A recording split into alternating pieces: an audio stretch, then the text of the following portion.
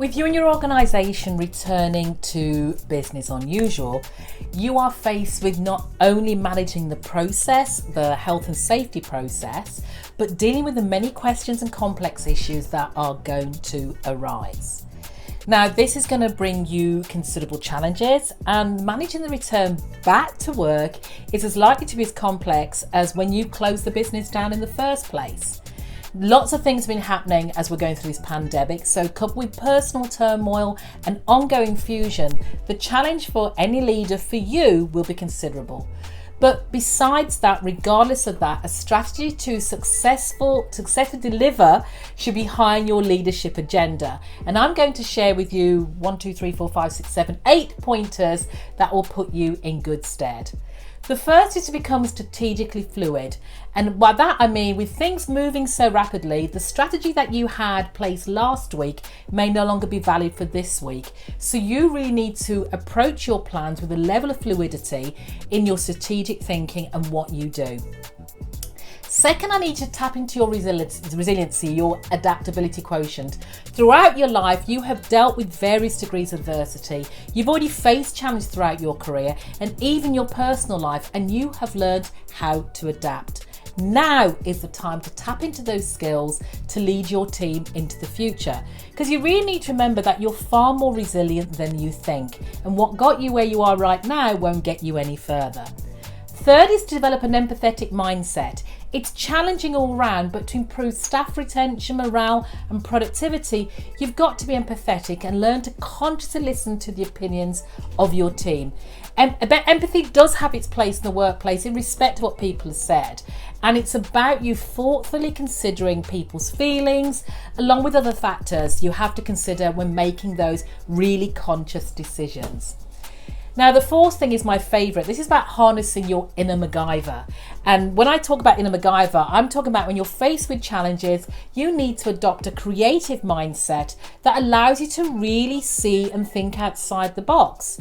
Don't dismiss strategies you would never have considered previously, because you don't really know what's going to work going forward. You have to remember your core objective, what you set out to achieve.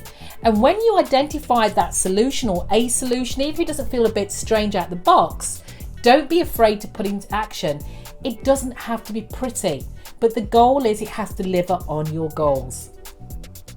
Next is transparency. Transparency is key because your team will have a lot of questions, and even if you don't have all the answers, you can share some of your thought processes about where you think your business is going and what's happening. I'd also encourage you to ask your team, involve your team, get them to ask questions, to think of solutions, garner their support. You really don't have to do this alone, and they would really welcome being part of the process. Next, communication. It's two-way and both ways. The old adage that you have 2 ears and 1 mouth really goes a long way. And when it comes to communication, your normal focus, natural focus is to focus on what is being said. But the gold, the real treasure lies in what is not being said. You have to be really cognizant of your listening skills. Listen to the unspoken word. What is your team telling you by what they're not asking you? Also, make sure you're communicating at a level that your team understands. You've been working on this plan. You know exactly what your strategy is going to be. You know what you think is going to happen because you've been creating that plan for a couple of weeks.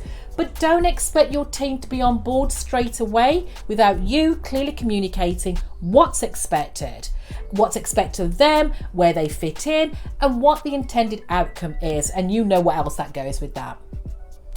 Next, embrace uncertainty. There's lots of things happening that really are out of control, and I'm a big focus on controlling the controllables. The world is changing. Your business is operating differently. Your competition is doing something different. Your team and customers expect something different. The one thing that won't be different is constant change. So for you to be ahead of the curve, you can't fear it. You can't fear that change. You have to be able to adapt, remember I said about strategic fluidity, and live with that uncertainty and know that it will play a huge part in whatever you're doing. You have no control of the rate of change, but you do have control over how you respond.